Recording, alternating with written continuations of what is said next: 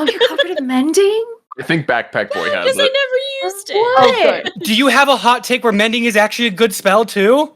Yeah, I like Yay! mending. Do you guys not like mending? I love mending. They made fun of me, Diana. I'm checking to see if Backpack Boy has it now. Mending's phenomenal. It's such a good spell. I feel like Braden's getting ideas and we're all gonna suffer. I'm not is going to this? do that. Don't worry. I I am don't- planning a pretty dark and gritty survival horror campaign, though. So, Is that before or after the cowboy campaign? yeah, dude, I laugh about it every single night as I'm I listening to cry my about it every single Bahama night. Thank you, Reigns Brayden. podcast. Not podcast. I have my own podcast where I just talk about that one specific scene in the campaign that Diana has no idea what we're talking about. So, No, but the concept fine. already is great. It's really giving Survivor's Pride. It's very repetitive. for me, yeah. Maybe. Am I the? I am the a-hole of the podcast. We determined that. Yeah, we had a whole argument about that. It wasn't It an wasn't argument. an argument. it It was was a literally just- decision. Because we all came to an instant agreement. Is this how I Yeah. want the internet to know me? You threw yourself I into that love one, this I'm cold sorry. open. Is this the cold great. open? It could be. Welcome to Beyond the Tavern Wall. There we go. Welcome to Beyond the Tavern Wall, everyone. That was probably our first organic cold open ever. I had one prepared. I was going to talk about the monkey from Night of the Museum. Night. Well, I forgot what's with the Night Ben- at the the museum. Museum? Yeah, that monkey is also in The Big Bang Theory. And Rachel, my wife, recognized the monkey. That is wild. I love that. I'm dead serious. She's over here. I'm working on my stuff. I'm over here prepping my hot take and all that. And all of a sudden Rachel's like, haha, that's the monkey from Night at the Museum. And I'm like, I look over, I'm just like, how can you tell it's a monkey? Like, It's so wild. I could pull up any generic, and she's like, we looked it up. It is the same monkey. Is it I love the also concept same that this monkey from has an Jumanji? IMDb page now. I bet. Crystal the monkey, 31 years old, Oh has my been gosh. in so many. It's wild. Is that the It's- monkey from Jumanji, the original? I don't know. No, No. It would be way too old. Remember, 20 years ago, Fall Out Boy was big. And by the time we were that age, the Eagles and Journey were the same age as Fall Out Boy is now. Stop. Just remember that. No. Beyond the Tavern Wall. Let's get back into it. We are going to be talking. Oh, first up, wait. We have a very special guest. Lo and behold, Diana of the Rose is joining us here today. Welcome back, Diana. How are you doing today? Good. Back for the third time, fourth if you count the one shot, right? Is it? Counting it.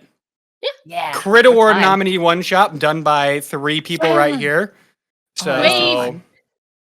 say hello. We'll post this when we win right there. Um, And if This not, is you going to guys be will just really cut it. awkward if we don't. Yeah. I'm confident. No, if not, we're gonna. Never mind. Dude, it was rigged. Okay, guys, it was rigged. The voting was rigged. Is all I have to say. Election was voted for all the stolen. other That's ones. all I have to say. Okay. We're This is- jumping into that territory today. This is Why is it great. always when Diana's here? We're Yeah, always what- on our worst behavior when Diana's here. I love that Because they we're- bring out that energy in podcasts. We're comfortable, okay? And that's where we are. As I'm Brayden Figgins, I'm joined by, as well as with Diana, we got Hunter, Kendall, Sam, and Haley. And if you're watching this on video, I probably pointed to the wrong people, or no one. So that's the beauty of it all. But yeah, today we are going to be talking about our greatest D&D hot takes. And this isn't just like silly things like, oh, I think Rangers are trash, because that's true. That's not a hot take. We are going to be talking about, at least for me, I'm a little nervous for mine, I'll be honest. Me, Diana, and Haley will be giving our hot takes. I'm a little nervous for mine because they have like D&D mechanics they're going to be talking about, and then mine is like completely off the rails. So it's going to be really interesting and really fun. But yeah, we're just going to jump into it. Who wants to go first? Do we want to start hot with me and lighten the mood man. later on, or do we end the episode? I mean, if we crash the car now, I'm sure we can get some scraps and survivors out of there. Oh gosh! Oh no! I mean, you also have a PowerPoint though, so we should probably finish with the PowerPoint. Finish Yeah. off Finish with Yeah. the PowerPoint. We can finish with the PowerPoint. Okay. Well, I you didn't- weren't I did kidding not do about that. that? I have a PowerPoint. Oh my Hold god! on. This makes I honestly thought you were joking. It's because. Oh, no. Go ahead, Kendall. This makes me think of the Jenna Julian podcast. They had a segment called "Don't Even Get Me Started," and they had love to that start one. the argument with "Don't even get me started," and they had to put all their chest into it. Anyway, yeah. I miss Jenna Marbles. Anyway, Oh man, rest in peace, Jenna Marbles. Is she dead? Mhm. No, but she just quit YouTube. she's dead. We're dead on the internet. Ah, I had never watched her. So I think okay, Diana and Haley. Then who wants to go first? Oh man. Oh god. I could do mine first, but I know I'm gonna get torn apart for it, and that's fine. You know what? I'm here for it. I'm ready to speak my with my full chest here on Beyond the Tavern Wall for the first time, Yay. taking a stand. Take a stand right here, Oh. and just remember it's the very first one, so we're all If have the it's- most energy at this point. Yeah, so. just ready to just dogpile on me. So I have It was notes just about a yours usual and blacklist, Haley's. too. Okay, you have I have my notes about thoughts. mine? Why do you think I had you guys write them down so that I could like This is an form my unfair opinion as advantage. well? Oh man. I should have kept mine a secret, so you could. That's why I said talked I told you against both. If you me. want it to be a secret, you can. And I am agree live with one of reacting your to this, guys's. by the way. Oh. I'm not going to tell you. Okay. Who. You're going to learn Let's do when it! Diana talks. So Diana, take Yeah. it away. This is something that I repeatedly get called out for whenever I guest on podcasts, talk about it on my own stream, things like that. I am one of those asshole DMs who will track rations and food. And hear me out. I feel like I'm already seeing you guys shake your head. For those who are watching the video podcast, you're missing out on the active dissent. I think that if you, and I don't stand by this super strongly, I know people, it's okay if you don't. I personally do, because I feel like it adds extra, like, lived inness to the world, right? It means that when you're a ranger, you have to actually go out and go to the Fletcher shops that I have world built and that I've given a nice personality to the Fletcher and his apprentice to. You know, you have to actually find cool weaponry, you have to scavenge around, you can take random bits of obsidian you find on the ground in your travels and decide to learn how to make arrows yourself. I feel like that need for supplies makes the game more realistic. And I also go for realistic games. That's not everyone's cup of tea. That's fine. But that's my thing. That, and like when it comes to food, there's a lot of mechanics that make it so that you can find food or produce food with magic. And I feel like if you make it so you don't track rations, that all kind of gets hand waved and it kind of goes away. Things like rangers, being able to scavenge for food in a certain area, being able to use your survival skill, things like that. The chef feat, which isn't 100% about food, but obviously it's more fun. And so No, we've that's we've my talked hot about the chef feed on this podcast, and no one It's likes a it. Other very than, like, heated argument. Never make within- me hate that Really? feat. They can I never love make the me hate it. Oh, but It's- can you imagine just making like little pastries at the beginning of every day for your friends and how you can role play that out? Bake some love into it or some hate. I love this guess. take, Diana. I completely agree. why can't 100%. I do it just normally? Like, why do I have to have the chef feat? That's not You the hot take. Wait, can. hold up. You can't. Keep going. Go ahead, Dana. What were you saying? I mean, beyond that, that's mostly it. I also feel like for what I run, which is a lot of horror games, right? I tend to implement real world effects and larger scale effects into the world, especially when it comes to the intersection of horror and the environment and things like that.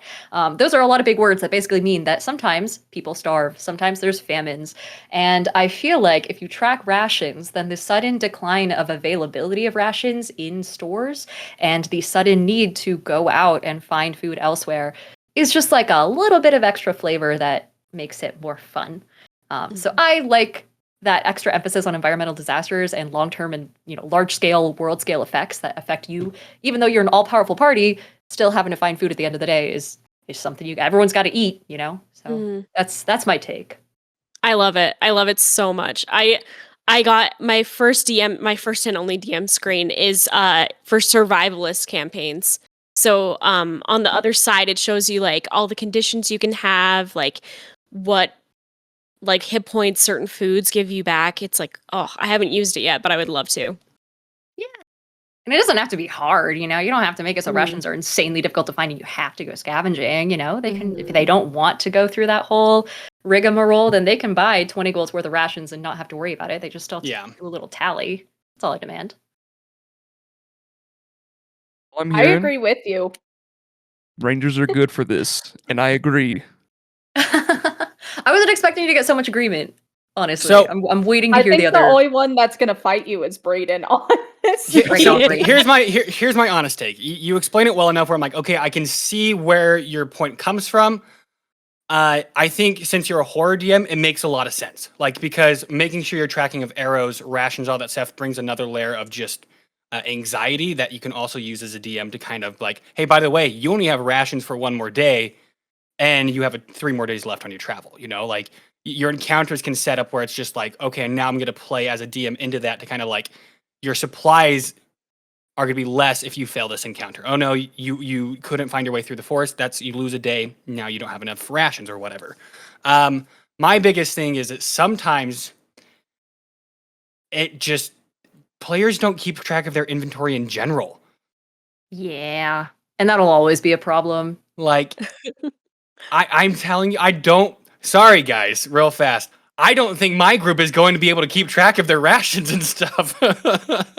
Like, but also, I'm not doing a horror game, and I kind of did bring it up. So, like, we're doing more. I feel like it really is genre and DM specific kind of deal. It is. Yeah, I'm coming at this from a full-on, like, you know, a very survivalist, very realism type level. I play a lot of high realism video games and stuff like that too. So that's like the angle that I'm coming from. Like, date everything.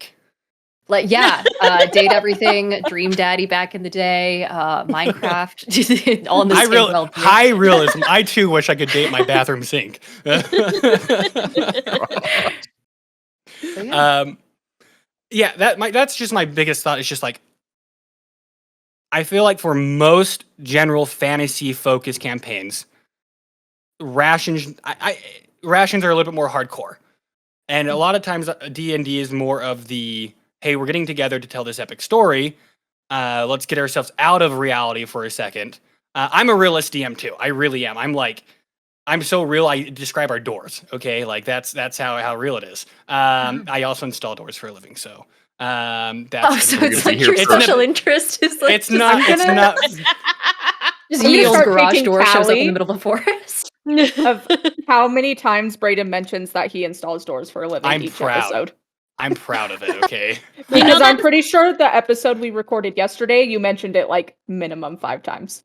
Yeah, because I had to describe the That's doors. lowballing it. It works You for guys- Big Door, you guys. That's what the podcast is all about. Forget the You Oh, guys- you're walls. right. My bad. Beyond the Tavern Wall was actually just a con so that the company I work for can install more doors. Okay, it's Big more door. It's door awareness, really. In the end, I want to raise awareness for the doors.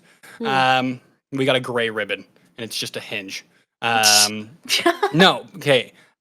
Back to it. Sorry, I really do talk about it a lot, but as a realist DM, and I do consider myself a little bit of a horror DM, like I can 100% see the usefulness of that. In a normal campaign, though, I think it's just a little bit too much to the point where the DM has to kind of keep track of it. The DM already has a lot on their plate. The players have to keep track of it. Well, they also have a lot on their plate. Where just you're gonna if it's not a high priority, you're gonna lose, and it's just gonna be like, okay, you know, Yeah, like it does mm. tend to fall off after a while. yeah. I will say that.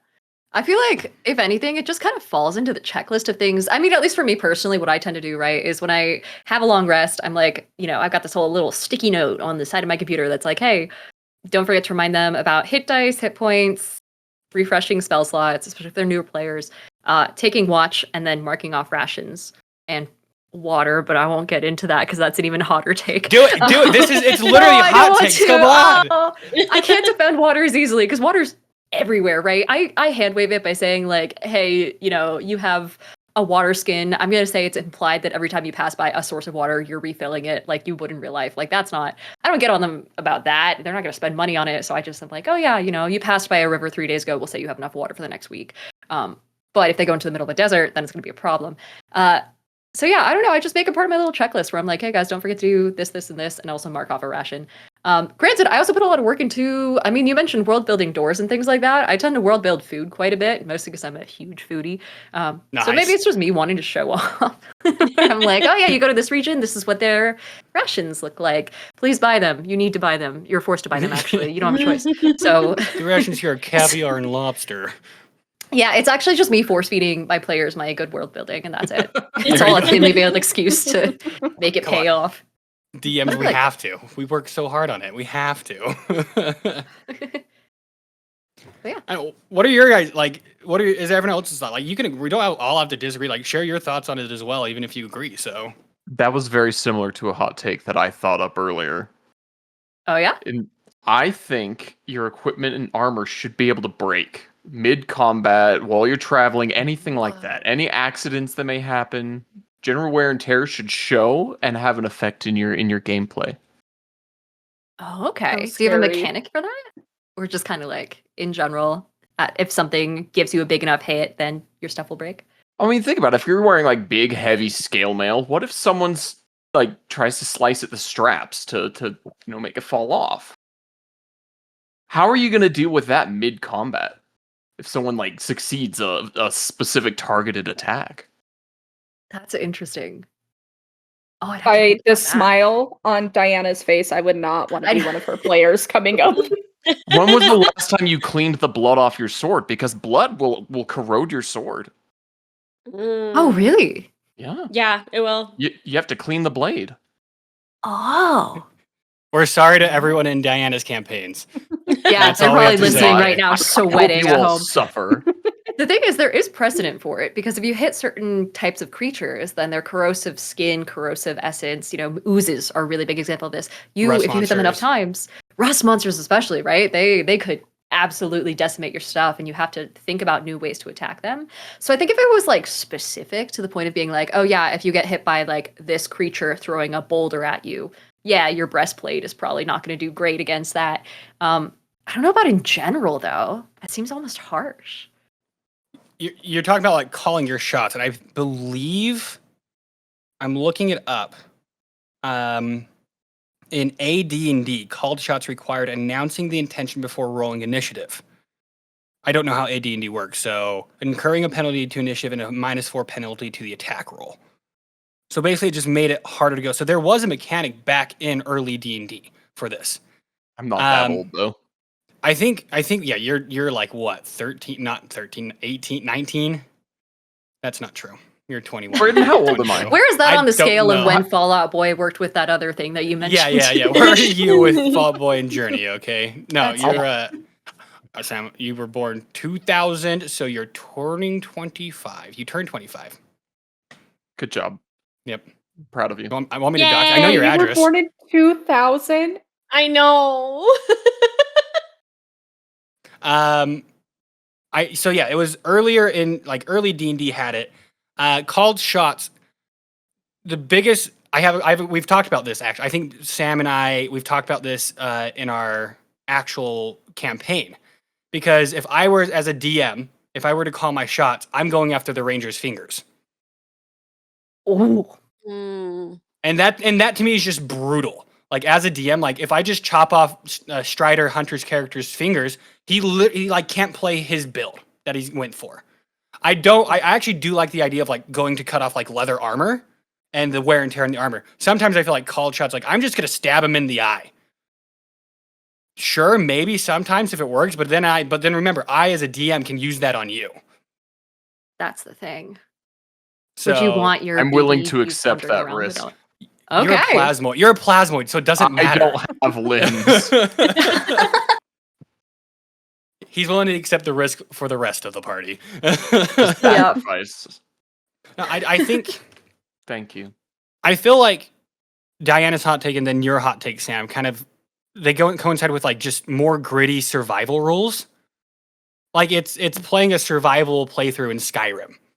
Like you don't have to do yeah. it, but it makes the game just a little bit more intense. Now, Diana, are you going down to like, do you need this amount of protein and you need this amount of like macros and macros and micros? Gosh. No, I think if I did, I would go insane trying to read over whatever chicken scratch I put my college I freshman can't year do that for nutrition class notes in. myself. Yeah, you're talking to someone who had a slice of carrot cake for dinner 20 minutes before this podcast. So I I love just that had for ice cream. you. technically it's a vegetable. So Now, there's a game called Green Hell. It's a survival game, and it I don't think it like is that deep, but I do think you have to keep track of like some of your nutritional, like what you like the nutrition you put into your body. Like I imagine that in D&D. Okay. I feel like it would take maybe a week for the artificer in game to come up with those like protein blocks that use insects the same way they did in Snowpiercer to, make it Oh. so that Yeah. Or you could just use Goodberry. nutrition and like a. Oh, true. You Yeah, literally could Goodberry is just a use thing. Goodberry. See, Goodberry is just the counter to everything. It Like, really when it is. comes down to like rations, all you have to do is if the druid just one day doesn't use any spells, every spell slot goes towards Goodberry, and then the next day you have what is it? Is it a D4 amount of hit points or just 1 hit point? I think it's just I- 1 hit point. Gives you 1 hit point. Think Yeah. so. Yeah. But there are I saw this absolutely broken build one time with crossover between a druid and I think it was a cleric where all of their healing was boosted implicitly, any type of healing that you give. Which meant if you had Goodberry as this particular build of cleric, you could do 12 points of healing or more, or you started to roll an additional number of dice in addition to whatever you get from the Goodberry. And it was just absolutely broken. That being said, it can't taste nearly as good as the steak tartare that I'm giving my players. So, you can go Oh, for it. It'll be a little depressing. That But- just raw beef? Have you never had steak tartare? No. Yeah, it's I mean, not it's raw, not it's just cooked raw to- beef, but Yeah, it's cooked to the point where all that bacteria is gone and it's edible. But it's you mix in an egg yolk barely and cooked capers. enough. Yeah. So it's just like extra rare hamburger. Yeah. It's not ground though. It's finely No. chopped. So it's yeah, not there you go. Extra It's rare not like- steak. it's not like You guys make tasty. it sound so bad, and I don't know how to count. This is the real hot take: is that steak tartare is the most elite food known to man. It makes you feel like carnal, I guess, when you try and munch on it. Yeah, I would try it once, but it also just from every picture just looks like raw ground beef. I'm not gonna argue. And It then like pretty much is. I think I saw one where it's just like a raw egg on top of it then as well. Yeah, a little egg What? yolk on top, and they make a little nest, and then you put it on crackers or sometimes little potato chips or bread. Or you serve it in a nice hollowed out bone. Sometimes they have bone marrow mixed in, and I love bone marrow. I've tried bone marrow. oh yeah, it's not far off. I don't think. I'll try it. I've never seen it on a menu anywhere, so Oh man, You I know, don't know, I- while you guys were making me hungry, I thought of a solution to my hot take. he's fixed you his broke hot your take. own hot take. He's- Let's hear it. I found a solution. I found a mechanical way to implement it into a game. Is the longer period of time you spend not having your gear maintained, it lowers your bonuses. Like maybe your AC is a little less, maybe it's a little harder That's to a hit good- with. Maybe you do a little less damage. You got to get it maintained. That would make an artificer on your team your best friend. Yeah, that's I true. like that. Buy a little have a- armor repair kit, a little whetstone every now and then. Yeah. I do have a question then. Would that apply to magical items? Ooh, maybe you'd have to visit a priest or Is the with- town wizard to help you with arcane charges or something. Because I would assume with a lot of magical items, they would be resistant at least to kind of just natural wear and tear. I don't know if they would be immune to it. I But think they'd at they least canonically be, take half damage to any sort of whatever the normal object or durability is. It is twice as strong or something like that. I think I could be wrong. What if you're in an anti-magic cone which shuts off your magic items, and then you can do damage to them just like normal? I like that. Oh, that is cool. I like this hot take. If I ever DM in the future, I'm using this rule. I do like Wow. that. It also brings up a lot of role play opportunities, because I always during breaks or not breaks, watches, you can be fixing your armor or sharpening your sword, or role play opportunities where I like the small role play. You guys know this. I love the small little role plays where you are just yeah, I'm gonna go practice my sword play. I'm gonna go sharpen my sword or clean my sword, and it just allows that little bit more realistic. These guys aren't it's not a video game. These are real characters. Mhm. So anyone else have thoughts on the hot take or anything? I've got, because here's the thing. For the most part, I very much so agree with it. I do want to try a survival campaign and have to deal with all of that. The one that I kind of struggle with, and that might just be because I play a ranger a lot, is just having to deal with the ammo tracking. Mostly just Yeah. because having to struggle with all of that. I mean, I have a strength of I think +1, so if I run out of ammo, I'm kind of boned in terms of combat. We should definitely include this. Yay! I'm gonna beg for a quiver of endless arrows. Is that an actual item in the game? It is an I actual think item. so.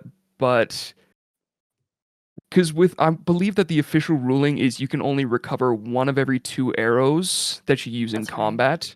So that will add Ooh. up very quickly if you're doing like a But dungeon crawl or a number of what things. if Kendall can finally use her mending cantrip and you can recover both of them? I like that. Too I bad she feel doesn't like have it DMs anymore. allow that. Too bad I got rid of it. oh, you covered in mending. I think Backpack Boy has Because I it. never used it. Oh, good. Do you have a hot take where mending is actually a good spell too? Yeah, I like Yay! mending. Do you guys not like mending? I love mending. They made fun of me, Diana. I'm checking to see if Backpack Boy has it now. Mending's phenomenal. It's such a good spell. I It feel like is. Braden's getting ideas and we're all gonna Oh, suffer. I'm not is going to this? do that. Don't worry. I am don't- planning a pretty dark and gritty survival horror campaign, though. So, Is that before or after the cowboy campaign? the Cowboy campaign, I have a huge project for it, so they'll probably be before. Okay. I want to get into the Western so bad, though. Okay, I do I'll too. Be patient. I'm so stoked. I feel like a lot Anyway. of people want to do Western stuff, and there just isn't much out there yet. All right, maybe heard that we'll a do lot the Western one recently. first. Cowboys I'll be are hon- back. We should baby. jump on it then. Hot take. I want to do a really cool photo shoot where we're all dressed as like in our character costumes, and then we get a lot of like marketing for it. So maybe it's not a hot take, but I'm just gonna say it because of the episode. It'd be dope. We go out to the salt flats Oh, and that's just take perfect. dope photos. That would be so cool. I forgot Or you we guys could have just go- those. We could Yeah. go to St. George too. St. George would be perfect. St. George, nah. I think the salt flats. For my vision of what I have, salt flats is exactly what Okay. I'm going for. I have a whole vision. Don't worry. Forget the 50 ghost towns we have in southern Utah. I'm not thinking ghost town, okay? That's not. These are further I'm down sorry, the I'm line. sorry, okay? I'm They're sorry. further down the I'm line. sorry. Thinking something like Skinwalker Ranch, like dark gritty horror could go to Western photo Skinwalker. shoot. No, well, Can I That's say not my what- hot take yeah, now? let's go hot take to No. Haley. That's what I'm Okay, throwing. That's what I'm great. throwing. Yes, I've been perfect. waiting. Okay, I'm hoping by the end of this I can at least sway one of you to my side. That's my goal. So I think Okay. that role playing shouldn't just be flavor. It deserves rules and structure and consequences, just like combat and exploration. And Diana, I remember seeing you post something or being tagged in something in a game that already does this. Thirsty Oh. Sword Lesbians already implements Oh. this. The what? That is a name. I was and like, a I don't half. remember any of this. I've not read the book yet. Don't tell the game runners. I'll read it this weekend. Don't you Your have like a secret is safe week? with all of us. Well, they don't. Theirs is more like of a relationship kind of thing rather than full on roleplay, but it already is able to do it very well. So, I think that this should be implemented because one, it helps more combat focused players get into roleplay more because they have something that they can look on paper and it'll kind of give them a step-by-step instruction on this is how I'm supposed to do this, or this is an outline of how to approach it. I'm trying to go through my notes a little bit. There's like 6 pages. I shouldn't have done this much. Oh, So 6 sorry. pages. Oh, that's man. like I got 8% really- of Kendall's backstory. I got really Stop. into it. Oh my god. I have 6 bullet points. You have 6 pages. And then Braden over here has a PowerPoint. I didn't write anything down if it makes you feel better. Hey, it does actually. So I've got like 5 main things to just like simple mechanics that you could put into your games. There's the social combat, the influence points, relationship trackers, morality with consequences, and then party relationship mechanics. I feel like I'm giving a lecture and I don't like that. Please someone ask me questions. No, That makes I it was more like a lecture, doesn't it? no, No, not really. I was just thinking that would help role playing be more accessible to like people with autism who are on the spectrum, who have trouble like with the social interactions, like what you said with like the relationship tracker. I think that could be really helpful. Mm-hmm. Actually, yeah. And If it's something another- very go ahead. No, you go ahead, Diana. Oh gosh, I was gonna say if it's similar to like the first thing I thought of was in Dragon Age, right, where you can go into a party member's Yes, slider. Yeah, like having little point values. If that's what you're thinking, explain what you're thinking though, because this sounds, I like it so far. I was just gonna bring up Sam. I'm sorry to put you on the spot, but when we were role playing with Mistra and you were putting your whole heart and soul into it, and Brayden just went, "Okay, No. yeah, you should." As someone who doesn't role play as much as the rest of the group does, inspiration is not a good enough reward. It's highly underused and it's easily forgotten. I think I can count on one hand how many times Brayden has given us. That's because we do heroic inspiration now, so you get it every session. So then I don't how have many to worry about times? it. But how Yeah, many times no. yesterday did I have to remind people that we had inspiration? Yes, Because it's 100%. not a good reward, honestly. Because it's just not. Advantage on one roll. I guess the new one is re-roll any dice you roll, but still, even then, it's just. But you have to take the new roll. So you could roll a 7, use your inspiration, and roll a 1, and you're just boned. Well, you have to use the new one? I'm pretty sure, yeah. I think it's either or with inspiration. Well, either way, if you roll a 7 and you get a 1, you're still boned. It didn't help you like Hunter did yesterday in the session. So exactly. Whereas with the what did I call it? The influence points. You can, and it's a lot like what Diana said, you gain the influence within the town, so you can go in and see where your influence lies. So based on if I have more influence with this town guard than, say, Strider does, obviously I would want to be the person to talk to this town guard and roleplay that out rather than Hunter, who maybe has like a -2 with them. And then you could unlock certain information when you get to a certain level, like in Stardew Valley. Exactly. Like with an NPC. Like an And show NPC their could bedrooms say... at 2 hearts? No. I think that's such a weird function. Yes. Just random tangent, 2 hearts, that's all it takes to get into their bedroom. Okay, That's all you're it- acting that's like all they're it going to takes. have sex at 2 hearts. No, they're just there to just saying, hang out. We are Okay. great friends, Brayden. I'm not letting you into my bedroom. I'm not letting you into my bedroom either, dude. I don't care. Way to say you guys are one heart friends on the podcast. No, I we're know. we're one heart Ow. husbands. It's a little different. Okay, sorry, back to your point, please. No, I was just saying, like, it can unlock certain things. Like, for example, let's say one member of your party goes up to a barkeeper and is like, hey, do you, like that classic, any rumors lately? Like, what's going on? Like, that kind of a thing. And let's say they have a negative relationship with that player. They'll go, nope, I don't. Bye. You get punched And in the if mouth. you have another member of the party come up and they have a really good relationship, you would say, I hear there are rumors that there's a dragon's horde nearby, something like that. So I think this is a great idea, Haley. Yeah, I mean, it And- works in real life too. Like the amount of times that I've been a barfly at certain bars and gotten free like little mystery concoctions that the bartenders are just messing around with behind the scenes in between That them doesn't sound treating actual good or customers. safe. Well, They're obviously not going I know, to I know a kill joke. you. I know a joke. Here, try this one tasted mystery like concussion. chocolate orange in the worst way though. Ugh. Oh, But Chocolate oranges. I forget what I was gonna say.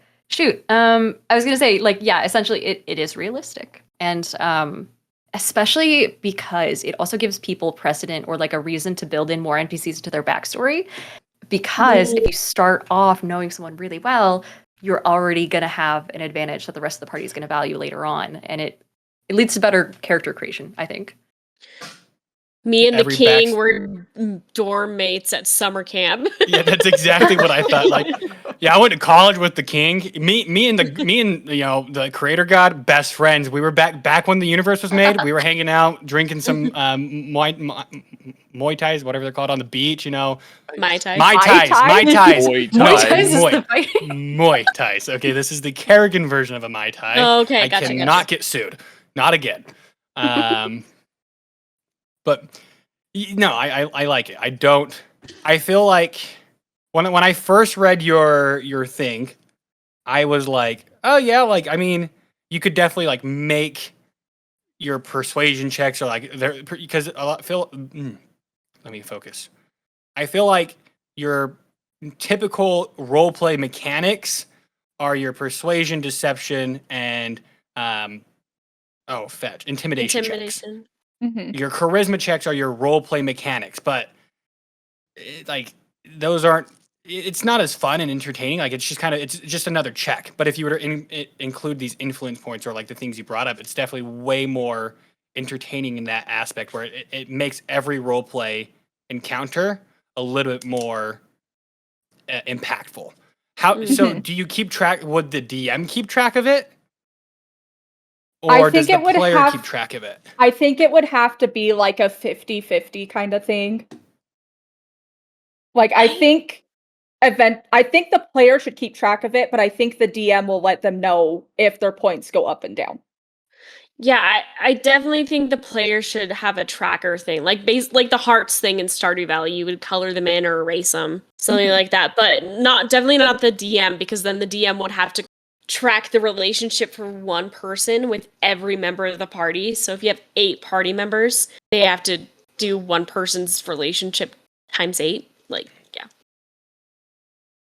That'd be so sad. You're just like playing a game and your DM's like, hey, go ahead and erase a heart for that NPC. You did a bad thing. Congratulations. You know what? lost- Marlac didn't like that. This happens in video games all the time, like Baldur's Gate. Mhm. Yeah. It'll tell you if they approve or and if it gets bad enough, they'll just leave. Or they'll kill you. I gotta save scum when Asterion disapproves. I gotta. Well, what was it that you mentioned about morality too? I'm kind of curious about that thing. Ooh, a Oh, morality so- system. Kendall and I fought very hard on the side of alignment. Your character alignment matters. So obviously I had to bring it into this.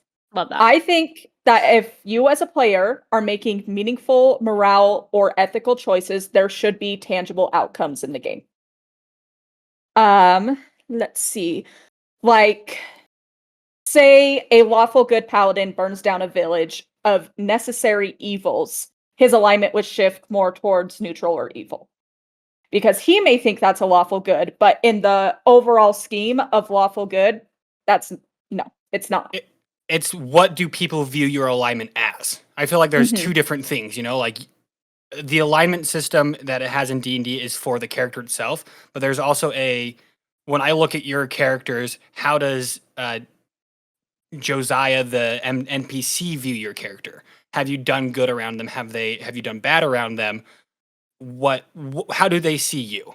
It's It's like reputation. reputation kind of deal. Like Knights of the Old Republic has a morality system. Whether you go towards Jedi or Sith, it depends on your actions. Each choice will like move your morality, your alignment up and down on the scale, and you go towards either the dark side or the light side.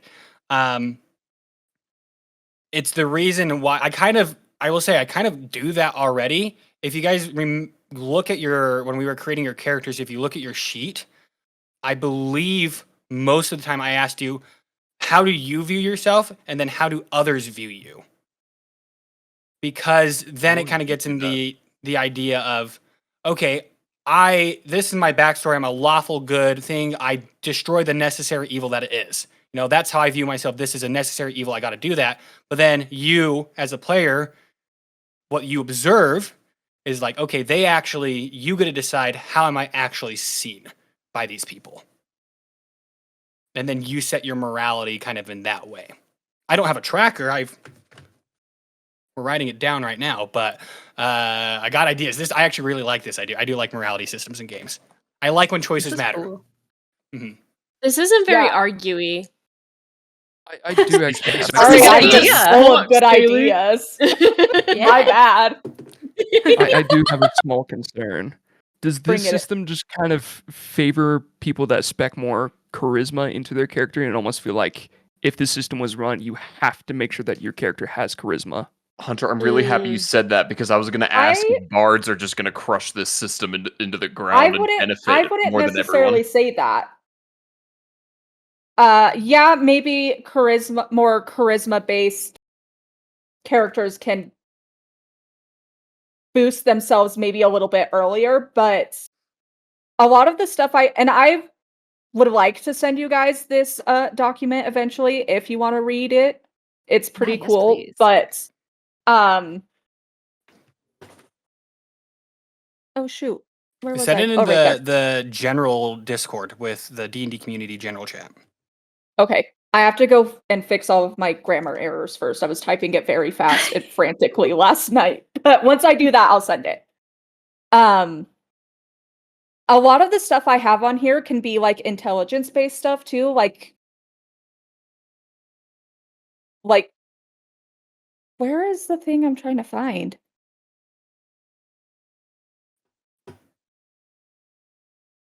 Okay, I can't find the exact thing I'm looking for, but anyways, I think being charismatic will help, but in the end, I think that you can flavor it and rewrite it in a way that it's not just based off of charisma. You could easily change it for a character that is better with intelligence or a character that is maybe a stronger fighter. But ultimately, roleplay does come down to the more charismatic players, and combat technically goes to the more beefy players. You know what I mean? Mm. Because maybe your role player aficionado is not going to do so great in combat. They just do the simple, straightforward thing. Whereas the person who's super great at combat, yes, Brayden? No. You finish. I can say something after. Oh. So Whereas the person who's super great in combat can min-max their character. Oh, yes, Bear? yeah, Bear, do you want to say something? Yeah, what does Sarah want to say? Should we go get my baby and see what she wants to say? Yeah, let's see what Deanna wants to say. She's asleep. I'm not waking her up. Your min-max fighter is going to do a lot better in combat, and that's going to benefit them outside of combat as well. First off, you guys want to make a new TTRPG? Our own system? No, I think the cool thing about this, I think the cool thing about this is it will also make sure the DM, at least for the NPCs they prepare, have a deeper prepared NPC. Because let's say you create an NPC who doesn't like when a charismatic person comes on too strong. Ooh, yeah, that's a good point. And they more like the people who are kind of laid back, like Strider, or kind of keep the shadows. Then that's kind of how you can balance it out, is depending on the personality of the NPC. Because I'll be honest, sometimes when extremely charismatic people come up and start talking to me, I'm like, I'm an extrovert. Hold off. Like, this is a little bit too much. I don't want to talk. Like, it depends on the situation you're going at. So, but if someone were just come up and like make jokes, like lighthearted jokes, like if I'm working, like, yeah, that's fun and all that. So it makes the DM create more dynamic. That's the good word. Dynamic NPCs. Yeah. It's kind of like the difference between someone coming up to you and immediately complimenting every aspect of everything you do, and you're like, okay, you're coming on really strong. I feel like you're manipulating me. Yeah, exactly. And that versus like the barbarian character having really good rapport with a local gladiator, because it's like, oh, we have shared history. Like, you speak my language. My major question with this system, with regards to like tracking people's affection towards you and things like that, is would this just be for party members and NPCs, or would it be between the party members as well? Because if it's between party members, I feel like that'd be a little, I don't know, sometimes people don't like to roleplay a certain way when the player doesn't feel a certain way, if that makes sense. So I do have like inter-party relationship things on here. where's my little chart? There it is. So You have a chart? I didn't get. Yeah. Gosh, I was not given the memo about the amount of Microsoft licenses it has to have to come onto this podcast. Hey, We 2 are weeks ago we sponsored talked by them. about they talked about long. Is your backstory too long? 6 bullet points, perfect backstory. Okay. give me the information. All right, that's all I I'm need. just more appreciated in my time. Okay. So sorry, my husband is texting me. I just have like relationship prompts and mechanics that like a mechanical effect that could go with it, so you can kind of get a gist of what I was thinking for interrelationship things. So there's like say my character has a secret that she hasn't told Kendall's character. Once I finally reveal that character, I can get a reroll on something. Or Interesting. Hunter's character swore to protect Sam's character, so he can get a reaction to intercept some of the damage that's going towards Sam's character. So it doesn't have to always be like super hardcore roleplay between the party. It can just be small things that eventually will get a mechanical effect towards it. And that's something you could do like in the if you come up with like a rule sheet, you can be like, here is 10 specific things you can do between interparty. You could do like protect, you could do like good and bad, like, oh, what game is it? It's Pandemic Legacy. Okay. I was thinking the same thing, Braden. They have a system where like, okay, this character and this character are coworkers, and you put them on, and when they're next to each other, they have a specific ability. Or these two people are rivals, or these two people hate each other. In our story, we were playing it, me, Sam, Hunter, and another friend. Baba Tunde is married to every one of the characters, and so there's all this stuff. So yeah, we've created lore. Left and right, middle love triangle with all of our characters. Well, there's a It's like pandemic. give you going priorities in order. People are turning into zombies. Like, hey, we should meet up in Berlin. That'd be nice. Man, you guys must have But- experienced the COVID-19 pandemic way differently than I did. We met up in Berlin, okay? No, but you can come up with like these, like, here are 10 things that if you are on their side, here's the mechanic that goes with it. Here are 10 things that if you vow against them, you can get that as well. I like that. It's very much similar to if anyone's played Monster Hearts. It's a powered by the apocalypse Yes. system where okay, you know exactly where I'm coming from then. I got you. For the layman, essentially there's this thing where if you have exactly what you described, but in specific role-playing terms, where you gain what are called strings on people, and it's supposed to be an allusion to how you can puppeteer people, where if you know someone has a crush on you, for example, and you find that out, then you gain a string on them and you can persuade them a little bit more easily to do something you want. Similar to rivalries, things like that, where you can manipulate someone into. It's very manipulative. The whole game is not. It's angsty teenagers, so it's all that sort of I was like, vibe. isn't it like high school It- monsters? Like, Yeah. yeah, I think I see how Critical Role play it. So Yeah, it's very fun though. Mhm. Next one shot. You always want to be monsters. Have you ever played the Jackbox game Monster Meeting Monster? That one's fun. And it's just you're a bunch of different monsters, and you have to flirt with the other players, and you have to match with the person you're flirting with, and you don't know who's who. I played it once, and it got really bad. It was a bunch of like we boys. should That's all I play. can say. It It was- was a bunch yeah. of boys. Anything else, Haley, or anyone else? I'm liking this system. I think it's great. I think it, especially when it comes to games being pushed more towards a role-playing aspect as opposed to just like combat and all that trend.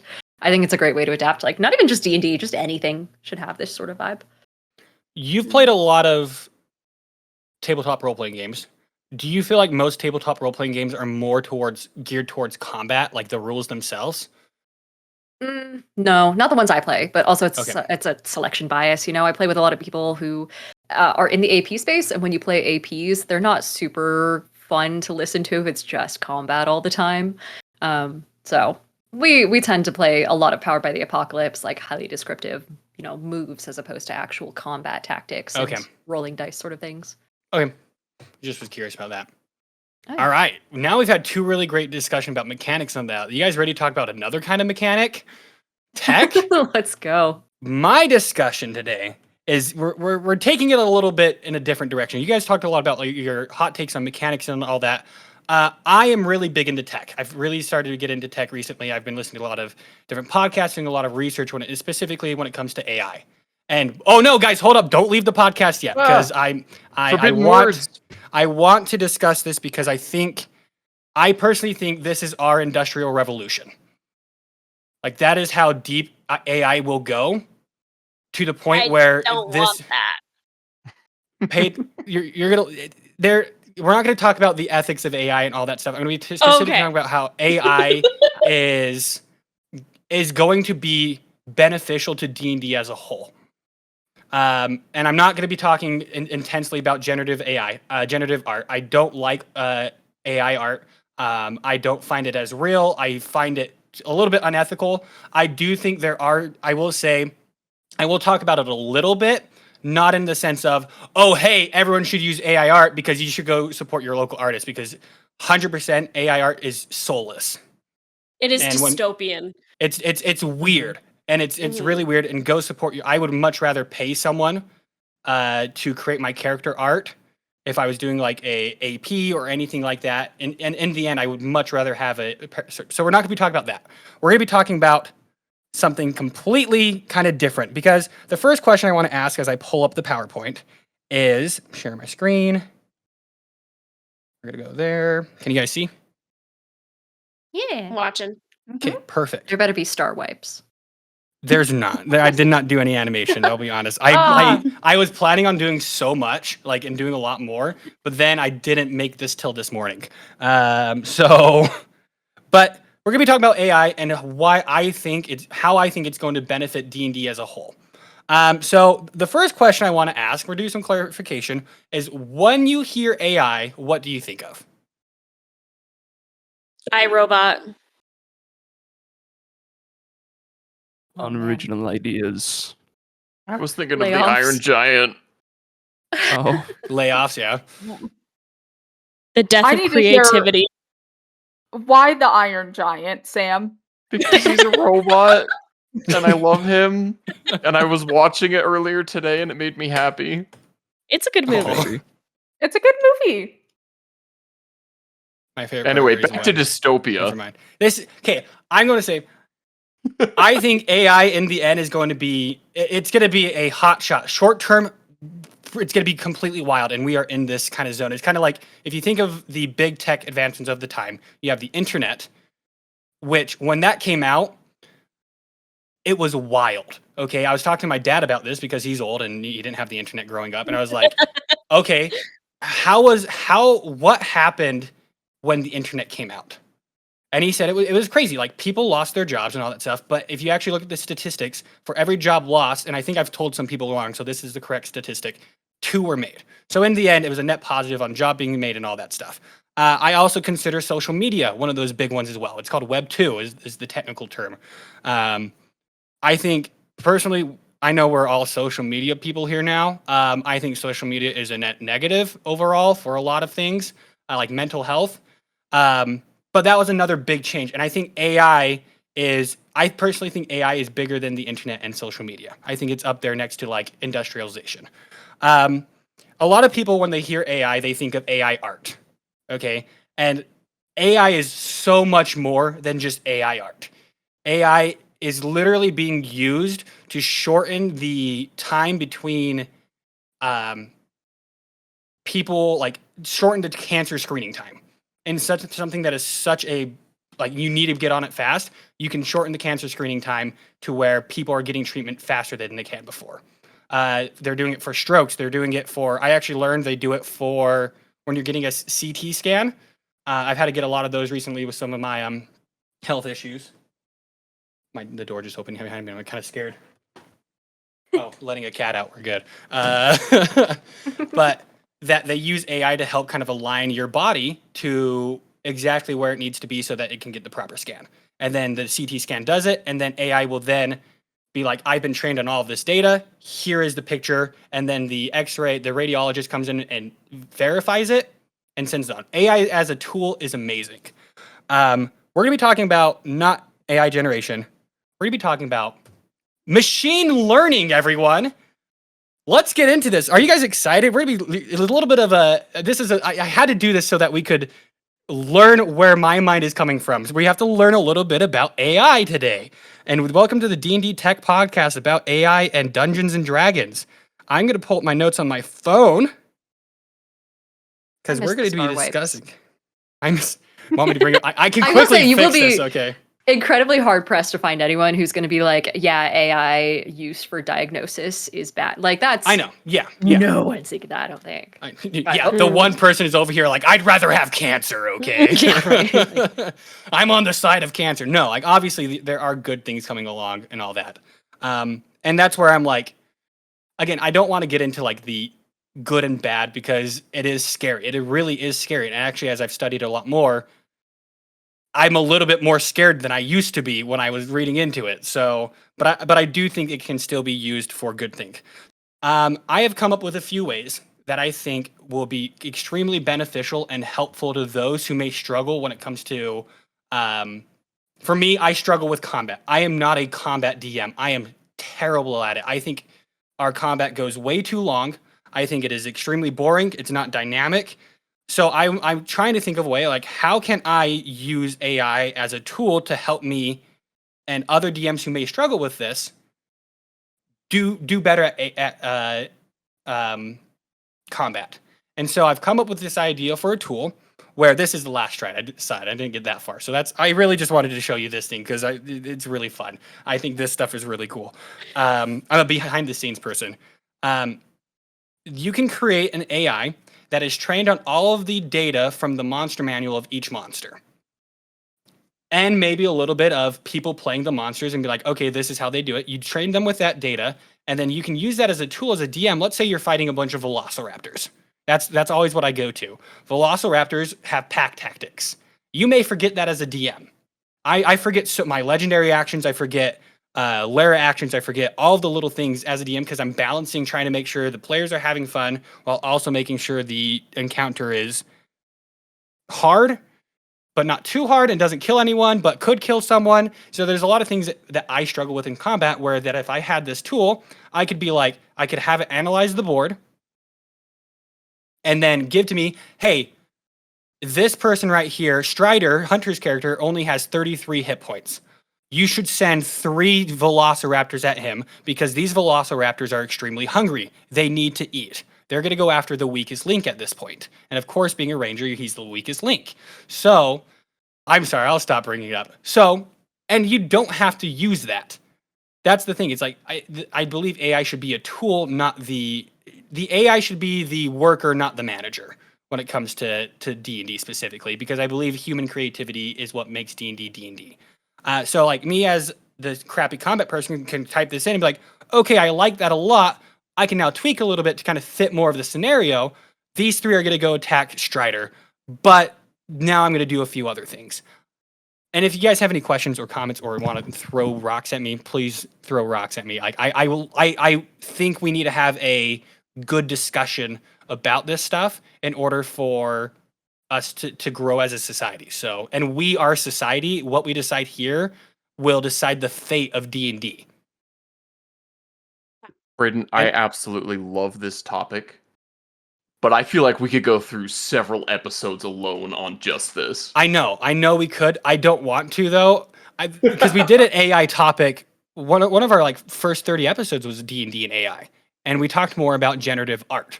And then I've studied a lot more, and like there's so much more to AI than just generative art.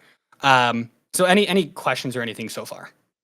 I think there's a lot of caveats so far. Like primarily, you'd have to deal with like kind of if we take what you're thinking of, right, where you have an AI or a essentially like an algorithm, because the word AI is really overused, and like you said, it's not actually intelligent. It's not what you think it is. It's functionally just a higher level of Google, with a lot more ramifications on like the environmental side and all that. Of course, yes. All that aside, what you're talking about is a DM assistant or GM assistant, and in order to make that happen in a way that's ethical, you would have to make sure that there are licenses in place to be able to have it scan something like the DMG.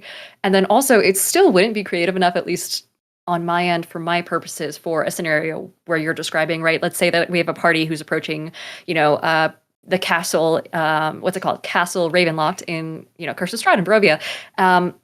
You could have an AI that could scan the entirety of the monster manual and all of the additional supplements and Curse of Strahd, but you need permission for that, first of all, and good luck getting that from Hasbro in the year of our Lord 2025. And then also You're you would right. have to, it would also still be like a little bit non-personal, because in order to make it so Mhm. that the Dampier character in the party has a special interaction with Strahd in a side room, or that, all of a sudden everyone who is an enemy turns and dogpiles on one particular character for some reason buried in their backstory, you'd also have to give the AI your characters' backstories and also every note that you've taken on your party so far and everything that's happened up to this point. And there's like this whole summative thing where it's like, hey, your entire story up until now needs to matter for what's happening in this battle to make sense and have weight for you.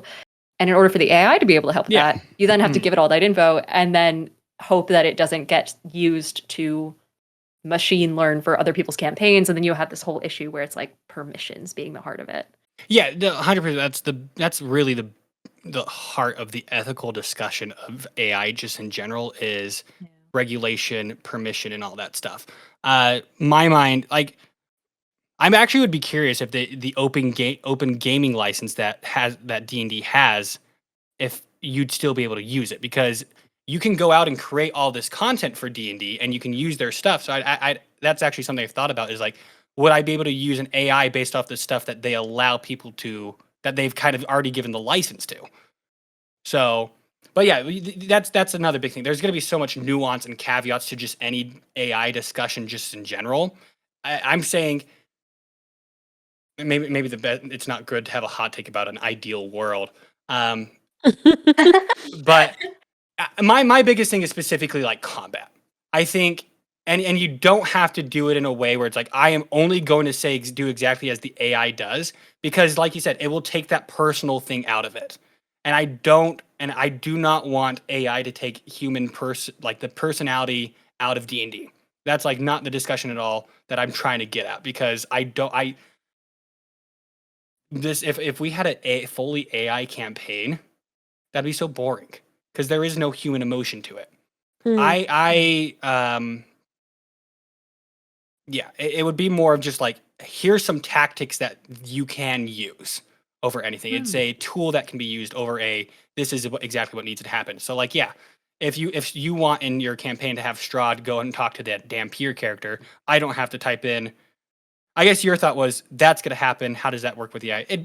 There's a lot of stuff. Again, a lot of nuance that will go into it. So how does the training data work? Where do you get the training data? The permissions you have behind it? Okay, you'd have to create some sort of software itself that will then make it easier to kind of input that information, or like a software where you have a virtual tabletop plus a DM's like note-taking system, plus what place you can put people's backstories. Like, I feel like there probably is a way. It's going to take a lot of just effort behind it, but that is one way I feel like D&D could potentially help.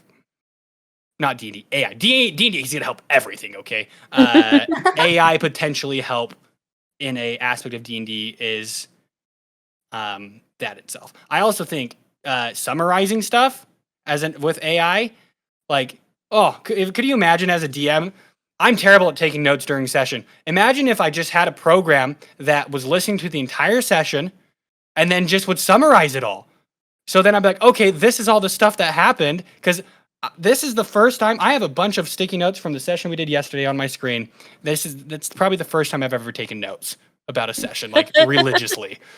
And I think it'd be cool. I don't know if I'd use it a ton, because again, you kind of like take away a little bit of stuff, but like, yeah, I think it'd be really nice to have something kind of summarize the general overlay of what's going on. And then if I had specifics I wanted to write down, I could write down those specifics well. Again, using it as a tool, not as the master. Anyone else? Any thoughts? My second idea, I know we're kind of running over. And this is something we have used in our personal campaign. I have used some AI art because Haley cannot visualize stuff. I'm trying. I do not have the money to pay someone every single session to help Haley visualize something. I'm not good enough at it as well, where I have used AI to be like, okay, here is this description of this hell giant. And I looked up online and nothing kind of fit what I was going for. And I was like, this is the description of this hell giant. Here it is, so that my player who cannot visualize things on her own can then visualize what it is and get more immersed into the game. I've used it for that. We don't use it a ton when it comes down to it, because again, I do find it a little unethical to use that stuff. That's actually another fun fact. AI art and copyright laws, really interesting. And also how AI art is generated itself, really, really fascinating. Again, not ethical though. I will stand by that. I also think if there are people in poorer communities, AI one will just help people in poorer communities just in general, with allowing people to have access to stuff. I think if there is, I'll go. This is like a edge case scenario, but let's say there are people in Africa who want to play D&D, and they have access to ChatGPT or something. Like they can use ChatGPT to help them. Maybe not ChatGPT, but they can use AI to help them come up with all this stuff. I don't know. There's just a few things. My biggest one is about the combat and the data, getting the data around it. And if you can do that, you can, I feel like you can enhance, the DM can enhance their skills, not take over the skills, but enhance their skills. Any other thoughts? A couple. I'm good. Hey, and I'm okay if you disagree. I don't care. So Yeah. I mean, it's, again, I haven't done the research, so my knowledge is limited by good old internet hearsay. I will mention, with regards to your, I mean, I guess the first thing, right? Drawing is always an option, or just, Yeah. I know you mentioned Googling around I for know. like a fire giant and things like that, but I know back in my day, when I was very first playing D&D, ages ago, I would find, art online for my personal games, home games, way before ever doing anything to do with APs. And even if, I would find a picture of a fantasy character that someone else had drawn on Tumblr, and I would learn Photoshop specifically so I could recolor its hair and things like that and make it That's like cool. the way That's I cool. actually imagined. Which is, admittedly work and time when you think of it as an aspect of currency. Yeah, it's a thing that you have to learn, but at the same time, learning things is fun and leads to neuroplasticity later in life and also leads to just general creativity. And I feel like seeing the death of that at the hands of AI would kind of suck on a societal level. Yeah. But I'm also the type of person who's like, yeah, I turn off social media after a certain point in the night so that way I can feel creative. So like that's the kind of level of creativity Yeah. feeding that I personally prefer to have. I think there's a real danger in letting us make things easier and easier and easier and easier for us, because true art, true innovation comes from struggle. And if we're not struggling to learn something, I fear that we're going to lose what makes us human a little bit. See, and this is where I want to bring up something. When we invented the tractor to make farming easier, did we go around and say, wow, that guy's not physically strong anymore? No, yes, we in were a way, we you s- create- we solved like a lot of hungry people. So let me starving. finish explaining, because Okay. I do agree. I do think AI, if used as overall not as a tool to help someone grow, is going to get rid of creativity. There is studies already out there that show that AI makes, like ChatGPT. They did a study. I think it was Princeton. I'm not 100% sure on this, but they did a study where they had a group of people. They had 3 groups of people write essays. They had one group could use ChatGPT, the second group could use Google search, and the other group didn't have anything. And they did see that the brain did work less with ChatGPT. And in the end, that's kind of what tools, like if you think of a calculator at the same time, we don't use as much brain power with a calculator. And we all have one in our pocket. And that's kind of what AI is. The thing is, going back to this tractor analogy, is that those who then decided to still put in the physical effort to work out and do that stuff, not only were still physically strong, they also got to utilize the tool of the tractor. So they were efficient, but they were also still learning. And I think that's the thing with. Go ahead. Well, I was going to say that's the difference, right? Is like people who are using ChatGPT haven't learned how to learn to the degree that people who aren't. Yeah, and I think that's a valid point. I use ChatGPT to learn. I go on and I say, all right, I don't understand I did one where it talked about Goodhart's law. I was like, this Wikipedia does not explain this at all. So I was like, ChatGPT, can you explain this to me in more simple terms? And I went and learned. And you want to know what it did? It talked to me about it in D&D terms. And do you know how much more I understood it? Because I use it I talk to it a lot about D&D. Like I do bounce. I'm like, okay, here's a general idea, blah, blah, blah. So it talks to me about this stuff in D&D terms. And it made it so simple. And I was like, oh, this makes so much sense now. I had it create a magic system about Goodhart's law, which is about the moment you start focusing on a statistic is the moment that statistic basically does not matter because anyone's going to do anything. A metric is the word they use. Anyone's going to use that metric and get that goal by the end of it. Like your numbers are going to be skewed. So it created a whole magic system for me to help me understand Goodhart's law. And so then I applied it in. I think the people who go in and just are like, hey, create this for me, that is not the right way to use AI. That is the complete wrong way. You should use it as a tool that is going to be like, all right, I'm trying to learn to code. Can you help me explain how this code works? Oh, I'm trying to learn how to use Photoshop. That's what I've used it for. Can you show me how this works? I'm trying to do this. Like there's always, it really will just come down to how you're going to use it. Because if you like again, the tractor scenario, if I'm just using the tractor and I'm not physically working out, I'm not going to get stronger. If I'm using AI and I'm not using it to learn or grow my skills, and I'm not doing other things to help my creativity, I'm going to get into this mental slush of what we are. Think of social media, AI, all that stuff. We are in a terrible time when it comes to mental creativity, just in general.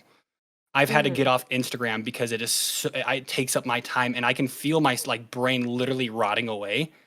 And I've actually had to check myself with AI too, because I've kind of used it as a crutch. I've had to back off a lot because I don't want to have that mental block, that mental slush through it. So yeah, you're going to have those things where like people are going to use it as a way to slack off.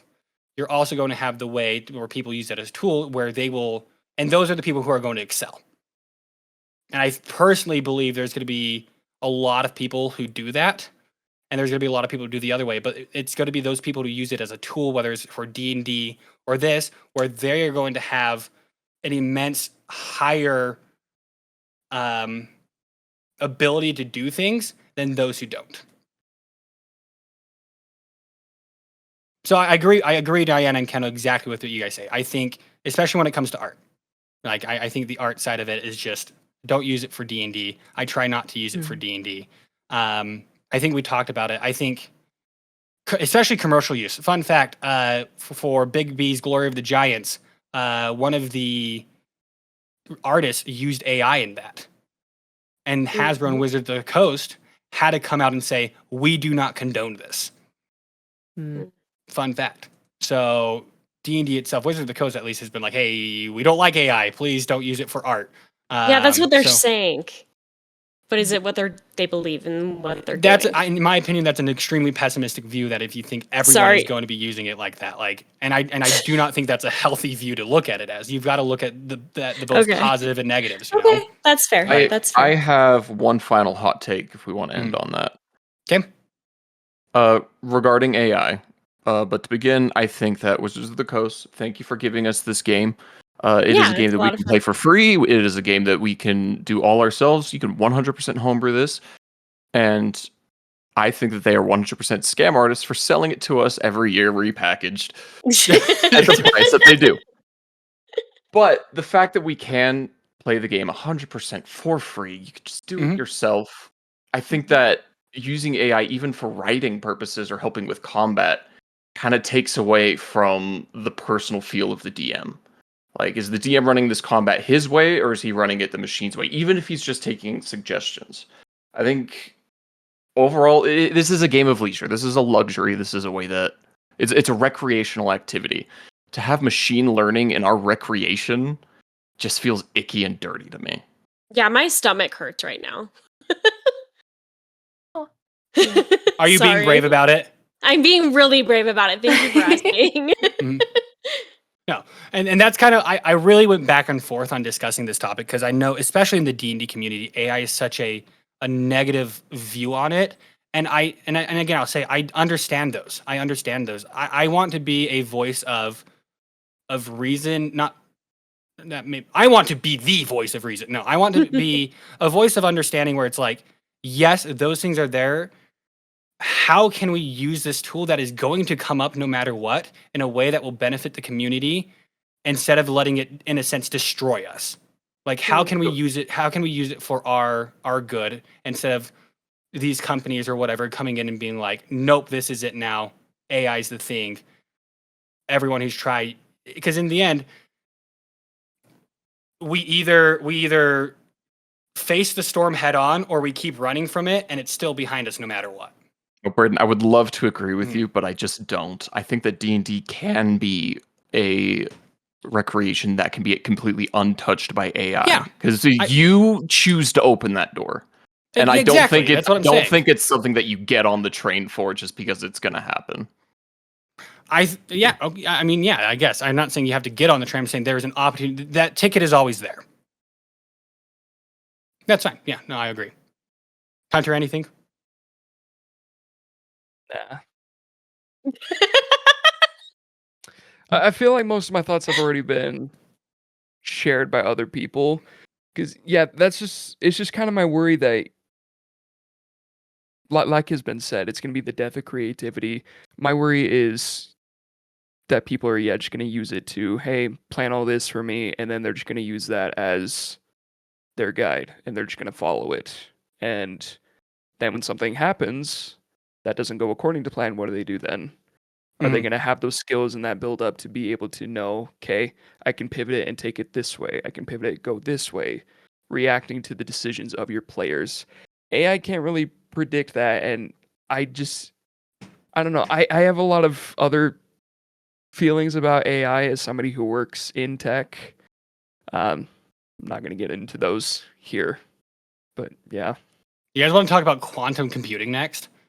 No, I'm good. I'm good. That goes over my head. I've tried to look it up, and I'm like, I don't even understand. Like everything I heard it explained today that if you're playing like Valorant, you have every single frame possible in front of you at one time.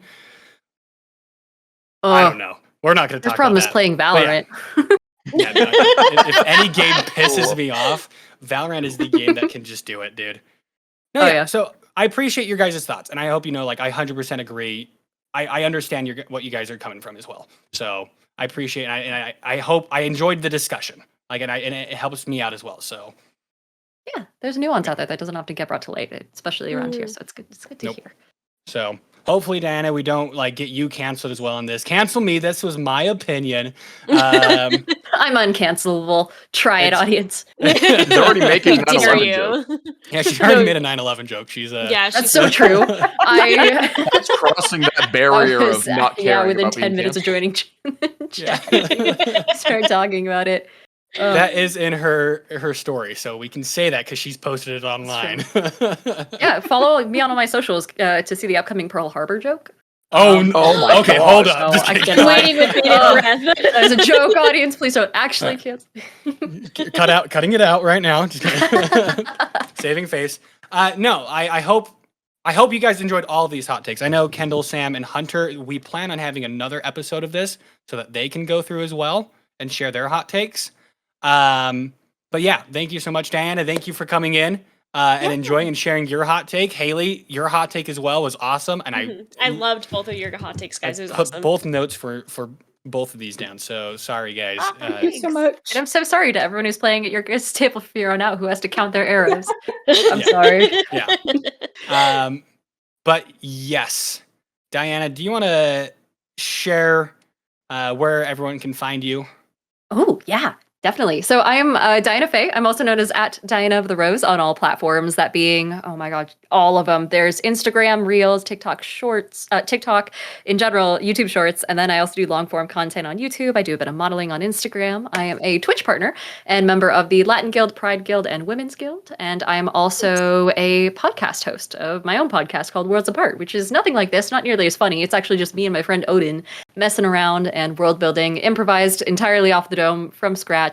That sounds like which is- so much fun. Oh my goodness. gosh, and then the audience has such good ideas. A lot of people just throw it on as their background music while they're doing their own world building, which like warms my heart so much. Aw. But yeah, that's me. As far as where you can actually find me, IRL, in the least creepy way possible. I'll be at various conventions around the world this year. So the next one coming up at the time of recording is Gen Con. By the time this comes out, it might be after that. I think it but- comes out next Wednesday, so. Oh, well, I'm actually in Indianapolis right now, audience. How about that?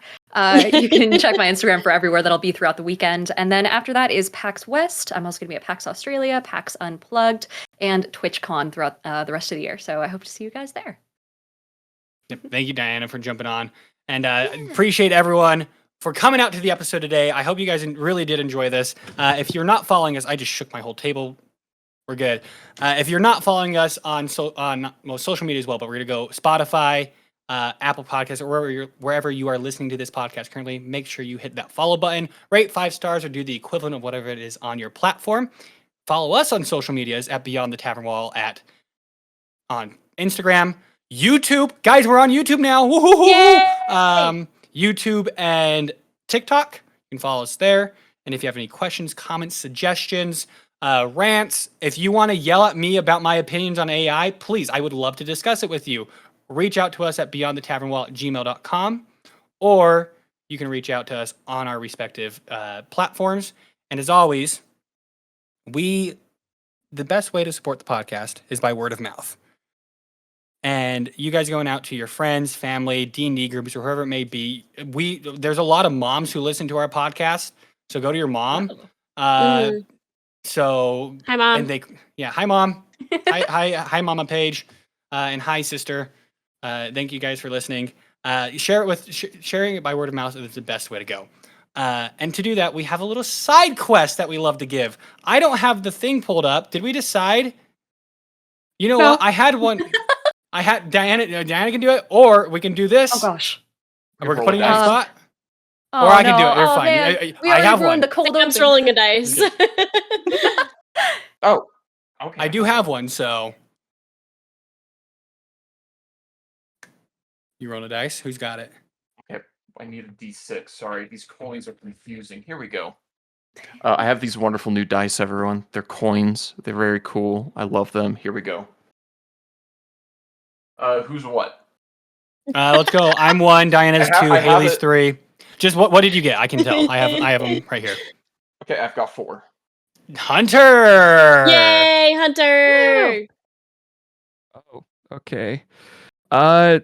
Send this or share this podcast with somebody who does not want to track their ammunition because that's too much work. If you do not want to We're track gonna your get so many shares. ammunition- Woohoo! We did it. Podcast This is a beating big breakthrough, numbers guys. this week.